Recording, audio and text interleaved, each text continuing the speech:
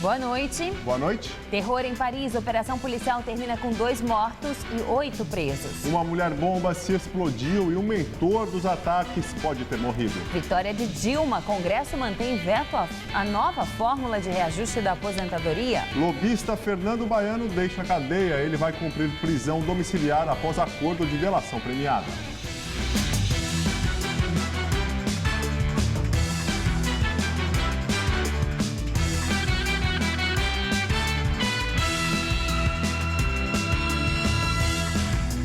Suspeito de ser o cérebro responsável pelos ataques em Paris é morto pela polícia. A informação foi divulgada no final da tarde pelo jornal americano Washington Post. Segundo a publicação, Abdelhamid Abaoud, suspeito de arquitetar os ataques em Paris, foi morto em operação feita hoje pela polícia em Saint-Denis. Mas a informação ainda não foi oficialmente confirmada. E essa mega operação da polícia de Paris terminou com pelo menos 2 mortos e 8 suspeitos detidos. Uma mulher se explodiu. Ela seria prima do suposto cérebro dos atentados de sexta-feira, Abdelhamid Abaoud. O grupo estaria prestes a fazer um novo ataque em Paris. A polícia cercou o subúrbio de Saint-Denis, ao norte de Paris, perto do Stade de France.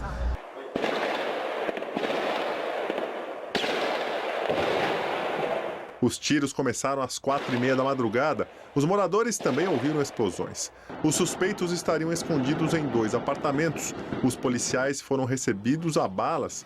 Uma mulher detonou um cinto explosivo, matando junto um cão policial. Um suspeito morreu baleado. Um morador fez as imagens de uma das prisões. Entre os detidos estava o dono de um dos apartamentos. Ele diz que um amigo pediu a ele que hospedasse seus colegas por 2 dias e ele não tinha ideia de que fossem terroristas. Foram 7 horas de tensão no bairro popular, habitado por imigrantes de mais de uma centena de nacionalidades, mas principalmente árabes e norte-africanos muçulmanos. A operação teria sido montada depois que os serviços de inteligência encontraram um telefone celular com uma mensagem gravada pouco antes dos atentados de sexta-feira, dizendo: "Ok, estamos prontos". O sinal foi rastreado e os investigadores chegaram ao apartamento onde estava a mulher que se explodiu. O grupo estaria organizando um novo ataque no centro de Paris, na região comercial de La Défense. Durante a operação, algum movimento desconhecido levou a polícia a arrebentar a porta de uma igreja e fazer uma varredura. Nada foi encontrado. Após esta operação, o presidente François Hollande se pronunciou durante participação na Assembleia de Prefeitos em Paris. Ele anunciou que a França vai dar continuidade à acolhida de refugiados e que 30 mil pessoas devem ser recebidas nos próximos anos. Durante o evento, Hollande afirmou que não haverá mudanças na política de asilo a imigrantes, mas destacou que também é dever do país proteger os franceses e que para isso serão impostas mais fiscalizações antes do consentimento à entrada dos estrangeiros. Ele também pediu a colaboração dos prefeitos para trabalhar no combate ao terrorismo e reforçar as medidas de segurança nas cidades. O presidente fez ainda um apelo contra o preconceito em relação aos refugiados e ressaltou que a França precisa ser implacável contra qualquer forma de ira, de raiva e de atos xenófobos.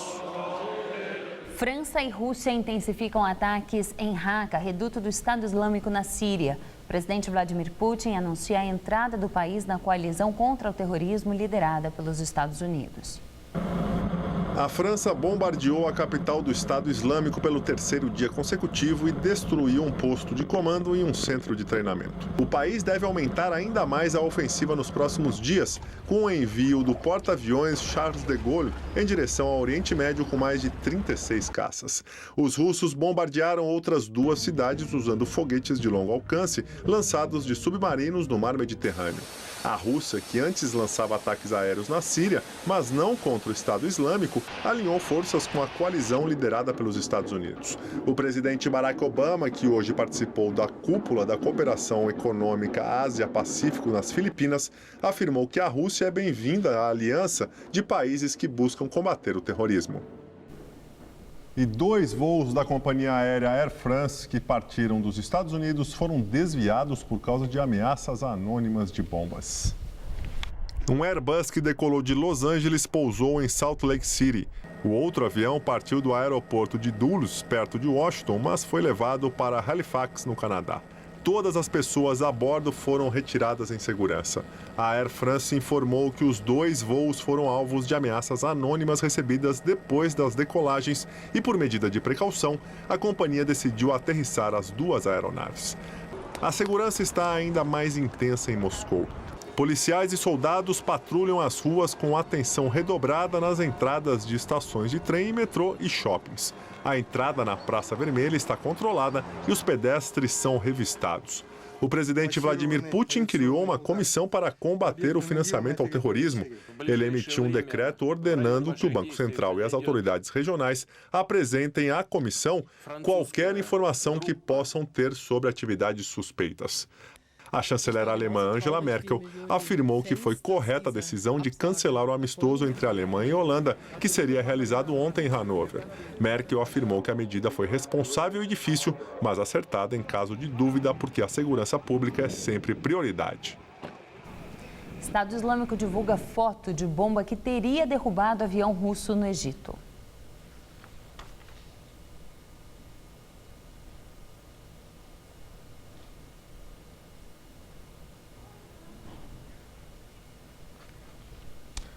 Pedimos perdão, mas tivemos um probleminha com o áudio desta matéria. E o Estado Islâmico afirma que matou um chinês e um norueguês que eram mantidos reféns pelo grupo. As imagens dos reféns foram veiculadas em uma publicação do Estado Islâmico. O texto diz: executados após terem sido abandonados por nações e organizações kafir. O termo em árabe kafir quer dizer infiel. Oli Johan Grisgaard Ofstad, de 48 anos, e Fan Jingyi, de 50 anos, eram mantidos em cativeiro, provavelmente na Síria. O governo brasileiro consegue uma apertada vitória e mantém vetos no Congresso Nacional. O Palácio do Planalto conseguiu manter os vetos ao projeto que estenderia reajuste do salário mínimo a aposentadorias e pensões e o reajuste do judiciário. Se derrubados, o governo calculava um gasto de 47 bilhões de reais até 2019. Para o ministro da Fazenda, Joaquim Levy, a manutenção dos vetos contribui para a superação da crise. Acho que elas reforçam o compromisso da sociedade brasileira com a gente superar essa fase, a gente entrar numa fase de crescimento, de discussão das coisas mais importantes para a nossa economia, para a gente fazer essa transição aí do período pós-boom das commodities e fazer tudo que precisa. Já para a oposição, a vitória do governo é fruto do balcão de negócios. Há aqui no Congresso uma estratégia deliberada de parlamentares que criam dificuldades para obter facilidades. É desta forma que ocupam um espaço maior no Executivo. É lamentável que isso ocorra, não é uma relação republicana entre o Executivo e o Legislativo, mas é o que nós constatamos. O Congresso também manteve o veto da presidente Dilma Rousseff ao trecho da reforma política que permitia a doação de empresas a partidos políticos. O veto de Dilma atendeu a uma decisão do STF que declarou inconstitucional o financiamento empresarial de campanha. O único veto derrubado era o que extinguia o prazo de 15 dias para que os bancos repassem 70% dos valores de depósitos judiciais aos estados, municípios e ao Distrito Federal. Direto de Brasília, Josias de Souza analisa essa vitória do governo Dilma. Dilma Rousseff vai comer o peru de Natal no Palácio da Alvorada. O plano da oposição de arrancá-la da cadeira de presidente com um pedido de impeachment fracassou. Dilma vai prevalecendo sobre os seus rivais no Congresso por 3 razões. Ela se abraçou ao denunciado Eduardo Cunha, que é o dono da gaveta que guarda os pedidos de impeachment na Câmara. Ela comprou o apoio de parlamentares com cargos e verbas públicas e, principalmente, as ruas voltaram para casa. Dilma conduz a sua base aliciada no Congresso na base do vai ou racha. E a infantaria vai avançando, ainda que rachada. Entre ontem e hoje, a presidente obteve no plenário do Congresso, naquilo que era essencial, a confirmação de vetos a projetos que eram considerados tóxicos pelo Tesouro Nacional. O próximo objetivo de Dilma é obter do plenário do Congresso uma autorização para transformar o que deveria ser um superávit nas contas de 2015, superávit de 66 bilhões de reais, num déficit de 120 bilhões de reais.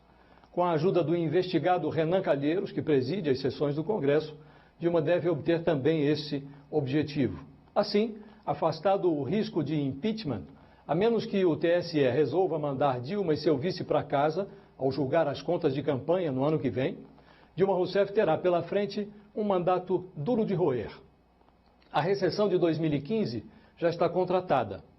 A recessão de 2016 também já está contratada. Os brasileiros logo perceberão que o pesadelo pode ser melhor do que o despertar. Boa noite. Lobista Fernando Baiano deixa a prisão em Pinhais, no Paraná. Ele vai cumprir o resto da pena em casa, no Rio de Janeiro. Baiano foi condenado na Lava Jato em agosto por corrupção e lavagem de dinheiro e estava preso há 1 ano. Agora foi beneficiado após fechar o acordo de delação premiada com a Justiça. Ele será monitorado por tornozeleira eletrônica e não poderá sair de casa sem autorização judicial. O lobista é apontado pelos investigadores como operador de propinas para políticos do PMDB. Segundo o Ministério Público Federal, ele operou cerca de 15 milhões de dólares. Na delação, ele citou os nomes dos PMDBistas Eduardo Cunha, presidente da Câmara dos Deputados, Renan Calheiros, presidente do Senado, do senador Jader Barbalho e do ex-ministro de Minas e Energia do governo Lula, Silas Rondô, e citou ainda o líder do governo Dilma no Senado, Delcídio Amaral, do PT de Mato Grosso do Sul. Todos negam ter recebido valores ilícitos. A CPI do BNDES marcou para a próxima terça-feira o depoimento do pecuarista José Carlos Bunlai, amigo do ex-presidente Lula. Ele é suspeito de tráfico de influência e irregularidades na obtenção de empréstimo no banco. O nome do pecuarista também aparece nas investigações da Lava Jato. O deputado Carlos Zaratini, do PT de São Paulo, disse que vai recorrer ao plenário da Câmara contra a convocação de Bunlai. O parlamentar alega que o requerimento de convocação não constava na pauta da sessão em que foi aprovado, mas de uma reunião anterior. Justiça adia a reintegração de posse da Escola Estadual Diadema, na Grande São Paulo, ocupada por alunos na semana passada. Os adolescentes comemoraram a decisão com passeata pelas ruas do bairro. A Secretaria Estadual da Educação confirmou agora à noite que 43 escolas estão ocupadas. O dia começou sem aulas na Escola Diadema, na Grande São Paulo. No portão, o cadeado trancado. Poucos podiam entrar, só com a permissão dos estudantes que fazem o protesto dentro do colégio. Eles são contra o encerramento do ciclo do ensino médio nessa escola, fruto da reorganização da rede proposta pelo governo do estado. A promessa de uma reintegração de posse no período da tarde trouxe apreensão para pais e alunos, mas o grupo prometeu resistir, mesmo com a eventual presença da polícia. As pessoas ainda não sabem muito bem o que vai acontecer, né? Mas está bastante confiante, porque essa é a última opção que a gente tem, né? Os estudantes são menores de idade, por isso não podem ser identificados sem o consentimento dos pais. Mas são eles que estão à frente dessa mobilização. Os alunos que ocuparam essa escola deixaram a gente entrar para mostrar como é que está o clima aqui dentro. Desde o dia 9, eles estão acampados aqui dentro, ocupando com as malas, com barracas, dormindo aqui, comendo aqui. Pelo menos 30 pessoas dormem todas as noites aqui, desde a segunda-feira, que foi o dia 9. Olha, a gente chegou agora no horário que também chegou o almoço. As quentinhas com frango, salada, farofa e batata foram doadas pelo Sindicato dos Professores. Os adolescentes contam que esse é apenas um apoio, mas que o movimento é deles, que não há perigo de que ninguém mexa nos documentos guardados no prédio. Ontem, o secretário de Educação, Hermann Vorwald, disse que as reintegrações de posse são necessárias, sobretudo, para preservar históricos escolares e outros papéis guardados nas escolas. O papel da direção, os computadores é da direção. A gente tem um consenso que a gente não mexeria nem chegaria perto da direção. 2 horas da tarde, hora marcada para ser o horário limite da reintegração de posse. Por enquanto, nenhum sinal de que ela vai ocorrer. E os alunos aqui na porta fazem bastante barulho. A POESP, Sindicato dos Professores, entrou com pedido na Justiça para suspender a reintegração de posse da Escola Estadual Diadema. A confirmação levou 2 horas para chegar. Ficou decidido que haverá uma audiência de conciliação amanhã. A seguir, lama de barragem que se rompeu em Minas Gerais chega ao Espírito Santo. E confusão em protesto em Brasília. 2 policiais são presos em marcha de mulheres contra o racismo. Os agentes deram tiros para o alto durante a passeata. Sérgio acaba de comer a melhor torta de palmito da sua vida. Sérgio chegou pelo metrô da linha 4 amarela. Já o palmito veio com o seu Domingos pela Dutra até as mãos da Ana. A Ana vem cedinho pela Bandeirantes porque sem ela o palmito não viraria torta. E a torta ficaria assim. É para facilitar a vida de todos que o Grupo CCR trabalha, cuidando de rodovias, metrôs, barcas e aeroportos para que todos tenham as melhores tortas e os melhores momentos de suas vidas. CCR, é por aqui que a gente chega lá. Para você, dinheiro na mão é vendaval. Com o aumento dos preços, então, nem se fala. Por isso, a nossa programação traz dicas para você chegar ao final do mês sem ficar no vermelho. TV Gazeta. Bom te ver sempre bem. Quem quer comunicar precisa estar atento ao alcance de sua mensagem, aos canais mais adequados, às mudanças mais repentinas. A comunicação evoluiu. A Faculdade Casper Libero leva você ao próximo nível, a pós-graduação. São 4 cursos que ajudam você a ser protagonista nas grandes transformações. Professores com ampla e reconhecida experiência acadêmica, autonomia para montar a grade curricular e escolher sua carga horária, localização privilegiada e tradição no ensino superior em comunicação. Divida sua carreira entre antes e depois. Faça a pós-graduação na Casper Libero. Inscrições abertas.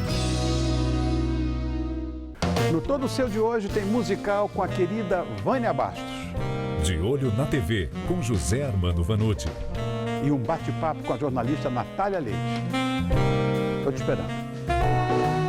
Todo Seu, hoje, 10h30 da noite.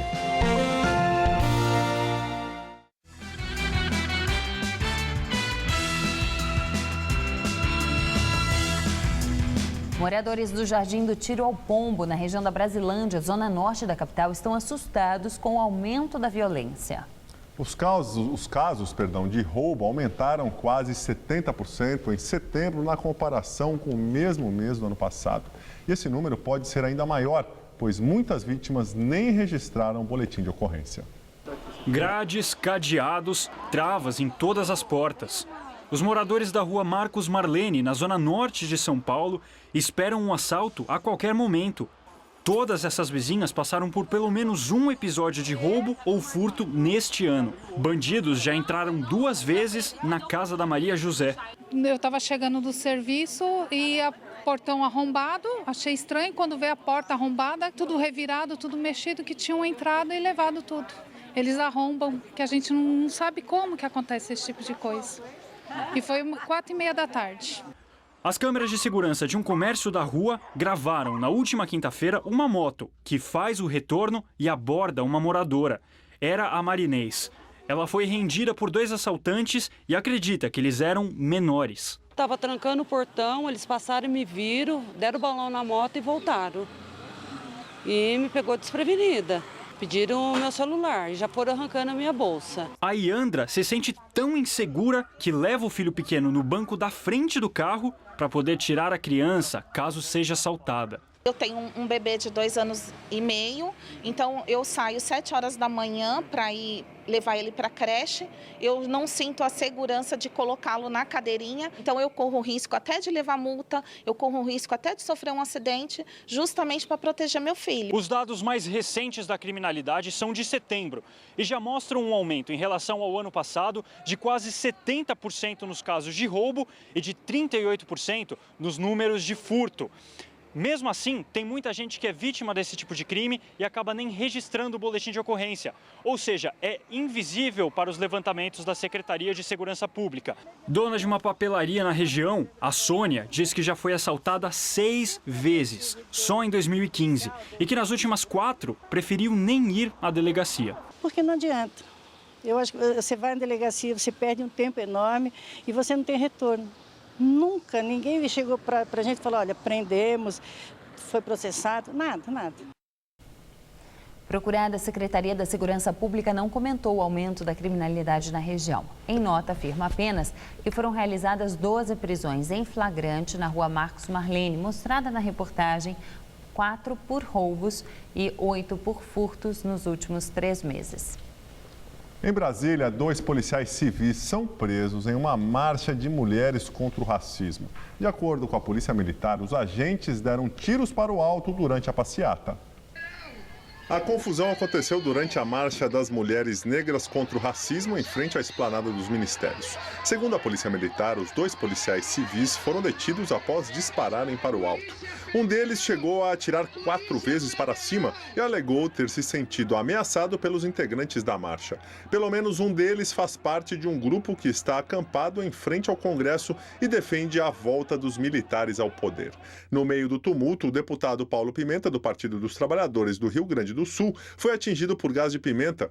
De acordo com a assessoria do parlamentar, ele conversava com representantes da marcha no momento do incidente. O deputado foi encaminhado ao socorro médico, mas foi liberado em seguida.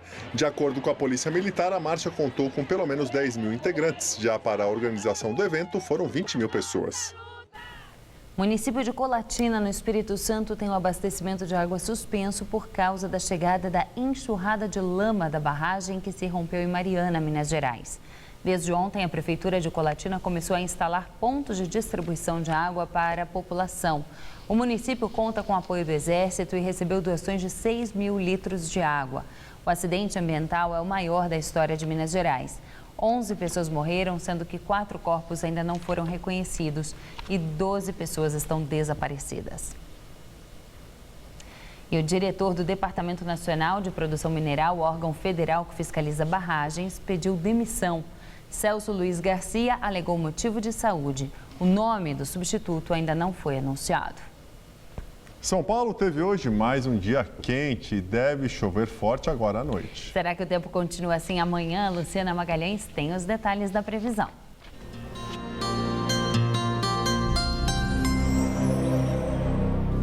Amanhã o calor aumenta ainda mais em todo o estado.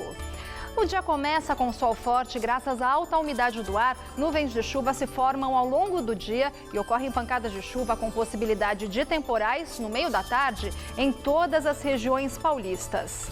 No centro-oeste, a máxima amanhã pode chegar aos 38 graus em Votuporanga. Já no centro-norte, máximas de 36 graus em São José do Rio Preto e de 35 em Araraquara. E na faixa leste, máxima amanhã de 34 em Campinas e também em Santos. Aqui na capital paulista, tanto na quinta quanto na sexta-feira, o sol aparece entre nuvens e são esperadas pancadas de chuva à tarde e também à noite. Máximas de 33 e 31 graus. E o fim de semana começa com chuva e algumas aberturas de sol à tarde. A máxima cai para os 24 graus. O Ministério Público Estadual estuda entrar na Justiça contra o sorteio de alvarás na nova categoria táxi preto criada pela Prefeitura de São Paulo. Mal começaram as inscrições e a nova categoria de táxis pretos já está na mira do Ministério Público. Mas o questionamento não diz respeito à briga entre taxistas e motoristas de aplicativos como o Uber. É que, de acordo com a Promotoria do Patrimônio Público, o modelo para a concessão dos 5 mil novos alvarás é ilegal porque não é fruto de licitação. A Constituição Federal, no artigo 175, determina que todo serviço público ele deve ser concedido mediante licitação e na forma de concorrência pública. Portanto, o táxi, ônibus e outros meios de transporte de pessoas, esses meios de transporte devem ser licitados. Segundo a Prefeitura, a nova categoria está sendo criada para regular o serviço de táxis pretos por aplicativos. Os novos carros deverão ser da cor preta, do tipo sedã, com 4 portas e no máximo 5 anos de uso. As tarifas poderão ser até 25% mais caras que as dos táxis comuns. Para ter direito ao alvará, os motoristas sorteados terão que pagar uma outorga de R$ 60 mil ao governo municipal.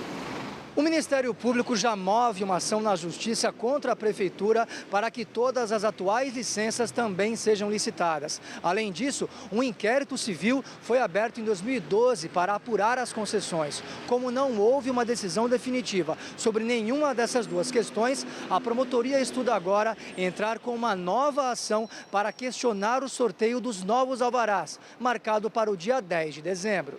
Nós encaminhamos ao secretário de Transportes uma recomendação para que ele modifique esse edital e preveja o procedimento licitatório. O que pode acontecer?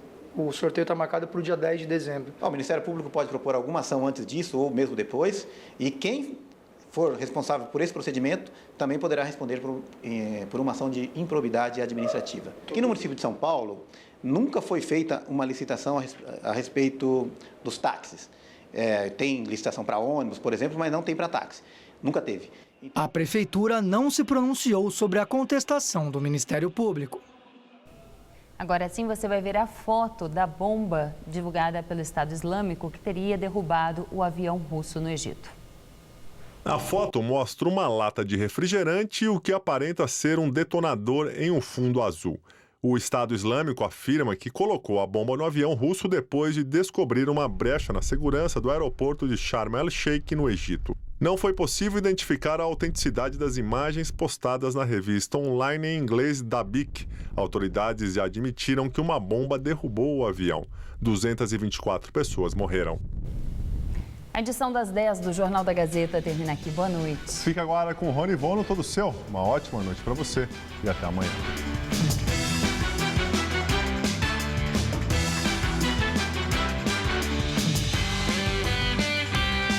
Daqui a pouco, 11h30 da noite, em Conectados. Saiba como são feitos os aplicativos para celular. Assista agora. Todo seu.